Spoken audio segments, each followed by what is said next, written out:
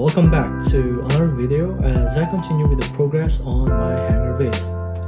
As you can tell already, there's been quite a few changes that I've added to this diorama, particularly this right wall section here.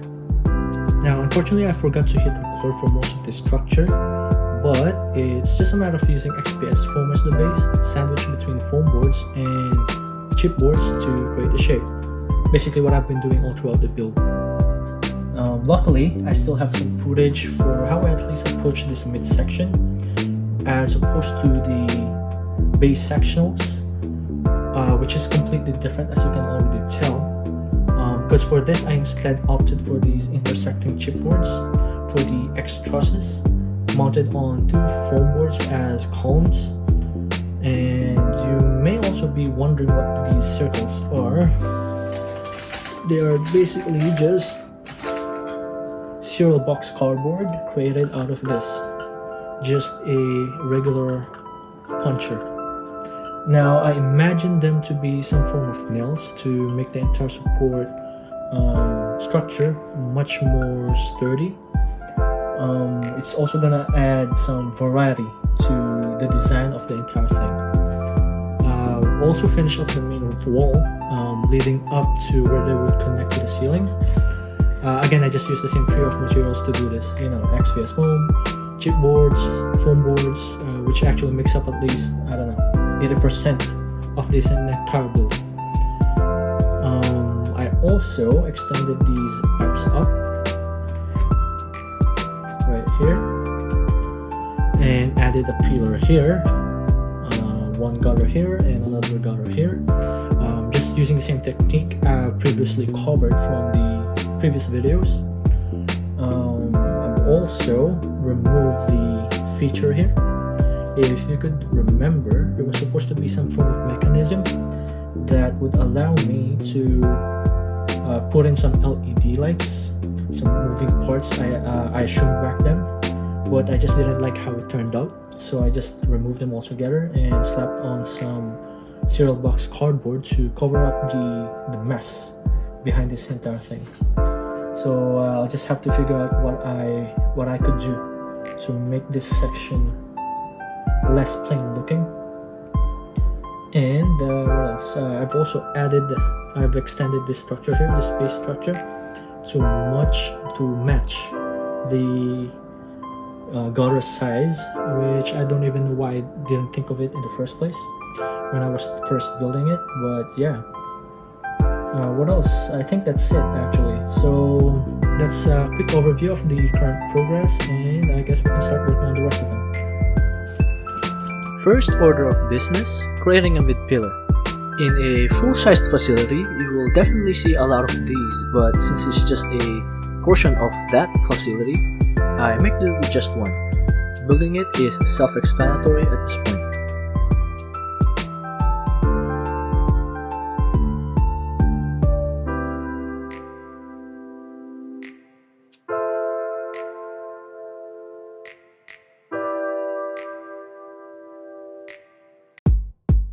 Time to deal with the bare wall sections.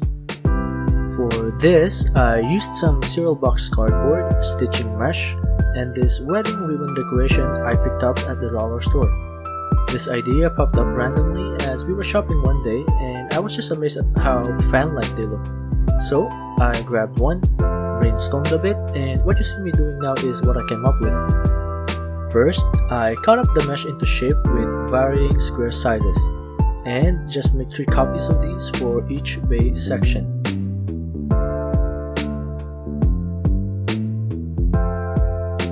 Then I stick them onto a cereal box sheet and let them dry while I start prepping the fans. This part took a bit to clean up because I had to remove all the threads that are stuck in between each piece. I glued them down to each panel as well.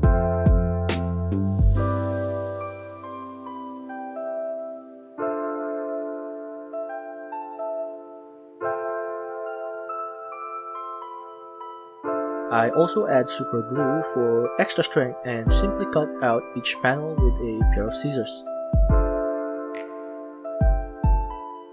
Here's me sticking some plywood I cut to the base. Now I know you're supposed to do this in the beginning, but that's how new I am to this. There's no actual flow to my method, just add stuff as I go.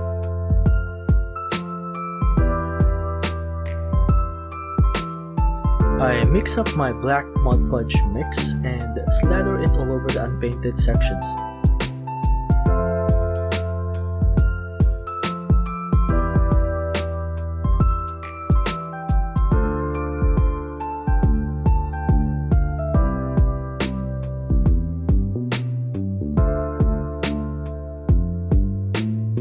While I let that dry, I spray some gray primer on the smaller pieces as well.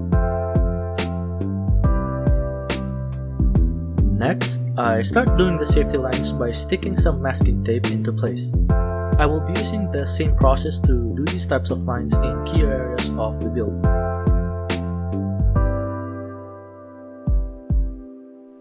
I then mix some orange and yellow acrylic to a tone I prefer, which is somewhere down the middle.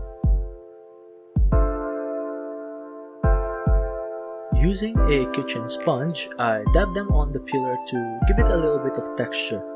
Well, at least that's what I got from the tutorials.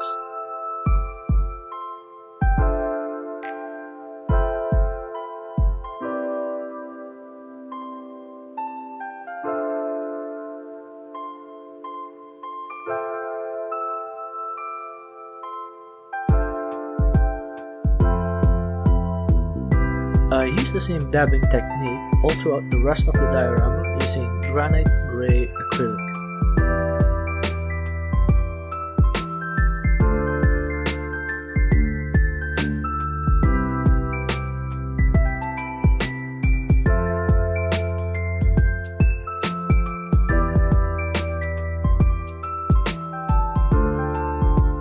Now here's the messy part. In my mind, the original plan was to make the facility a little dirty, but it didn't really turn out the way I was expecting. I tried using this technique I've wanted to imitate from the more seasoned creators. Basically, I used a dark gray wash and wipe away the excess. With the first few stages of application, I was already getting worried, and I just don't know why I decided to keep going. I was very pissed off at this point. Months of work down the drain.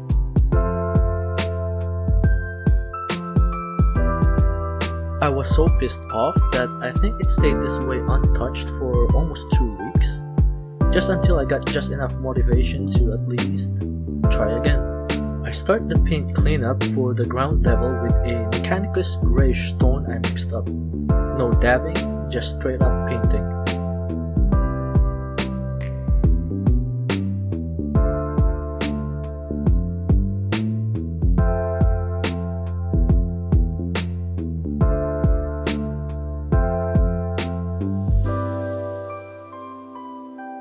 For the wall section, I took advantage of the wash that seeped into the crevices and edges for the look I'm going for.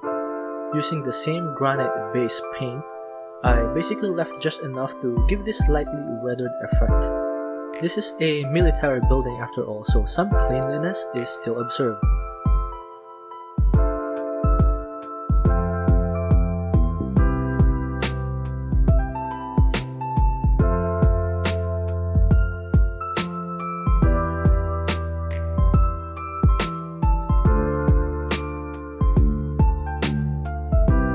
I also paint the vents, bay doors, some of the steel beams and parts with metallic paint I've mixed.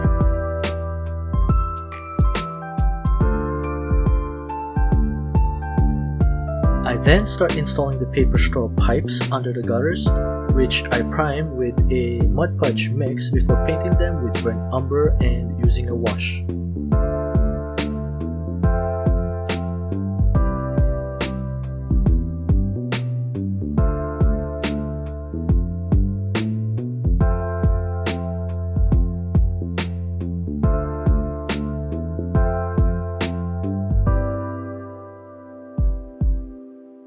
I took out all the zip tie trims, cleaned them up, primed them, and just did a wash using Null Oil by Citadel.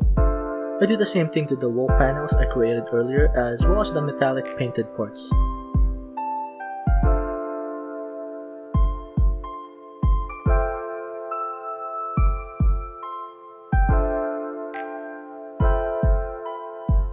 using these stencils I bought off Amazon, I start painting the bay designations.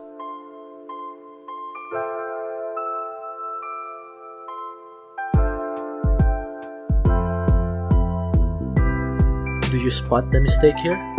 Yeah, I painted the number 4 the wrong way. Let's fix that real quick. After that, I just go over all the lines and edges as well as the crevices with some nuln oil to make the features more pronounced. I also add another color protector on the west side wall to finish this part of the build. I just want to say that I'm so glad I didn't give up on this build and pushed on, because I've been enjoying every single moment I'm working on this, especially after the initial screw up. I'm not a professional by any means, so expect to make even more mistakes in the future, but solving them will all the more make it worth it in the end. The next part should be working on the roof and lighting to end this series. Well, for now at least, since I have so many ideas for this but just too little time. I always appreciate you guys dropping by to watch my videos, and I hope to see you next time. Cheers!